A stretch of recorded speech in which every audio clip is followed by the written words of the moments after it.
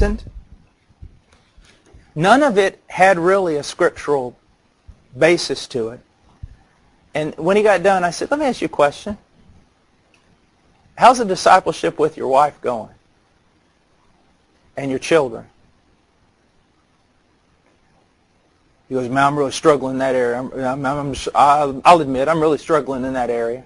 I said, how dare you come to me and point out all the ways I've compromised when you don't have one scripture to back yourself up, and yet you stand there failing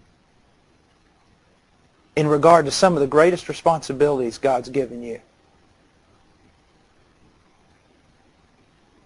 Again, he's pointing out problems with me, and yet his own life is not validated by anything. You see? Man, I don't like what that guy preaches, but I have to admit, no one's ever loved me like him. No one's ever served me like him. Man, the stuff he says about family to me is a little bit kooky, the head deacon says. I mean, it's just too extreme. And another deacon says, yeah, but have you ever seen a family like his? I mean, my goodness, look at just the way they seem to love each other. Well, I think that guy's just full of a bunch of hot air. Yeah, but he sure seems to fly a lot higher than we do. You see what I'm saying? It needs to be validated. If it's true, it's going to produce good fruit in your life. And don't be mean-spirited, and don't be overly religious. And I'll end on that.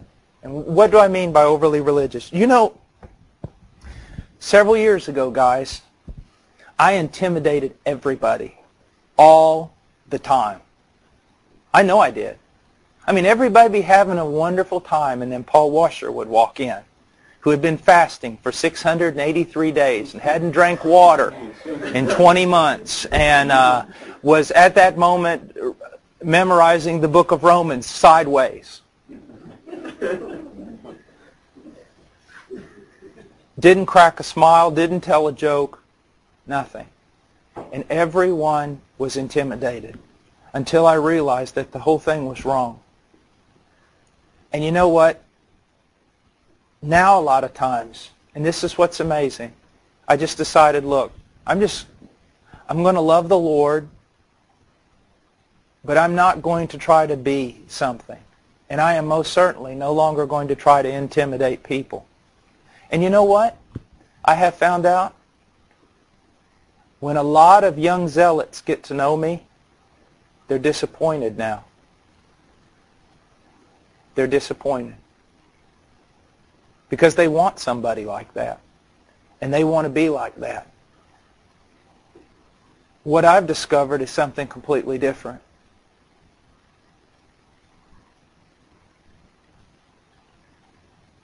That I don't want to be anything more than a human being who has been a recipient of grace.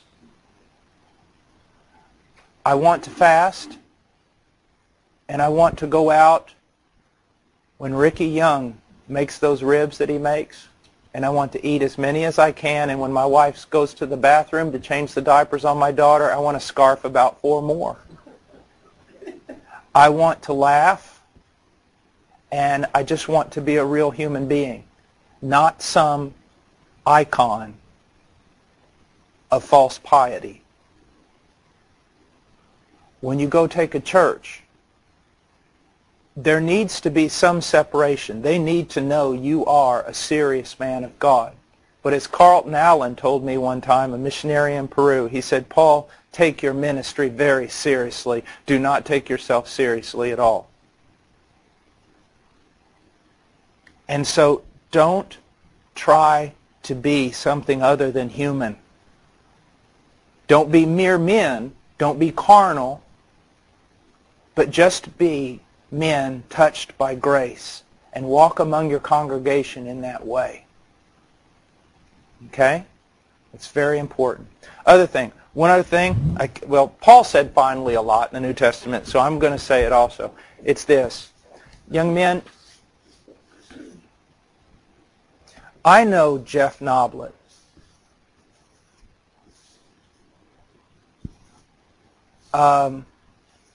We are co-laborers. I sit in his office and talk to him. We go out to eat lunch together sometimes. I don't call him Jeff. He's a lot older than I am, a full year and a half. I don't call him Jeff. I don't even call him Jeff when we're alone. And I don't call Phil Baggett Phil, because he's an elder too.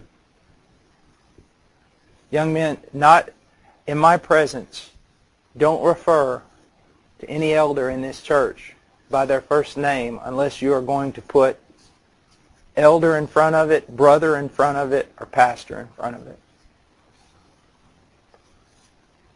Recently, not out of you, but I have seen some young men even get up and say, well, Jeff and I were talking. It's like I always love it when someone who's met Dr. Piper, well, John and I were talking the other day. You know, I'm going, don't do that. I don't do that. And it's not because I'm from another generation.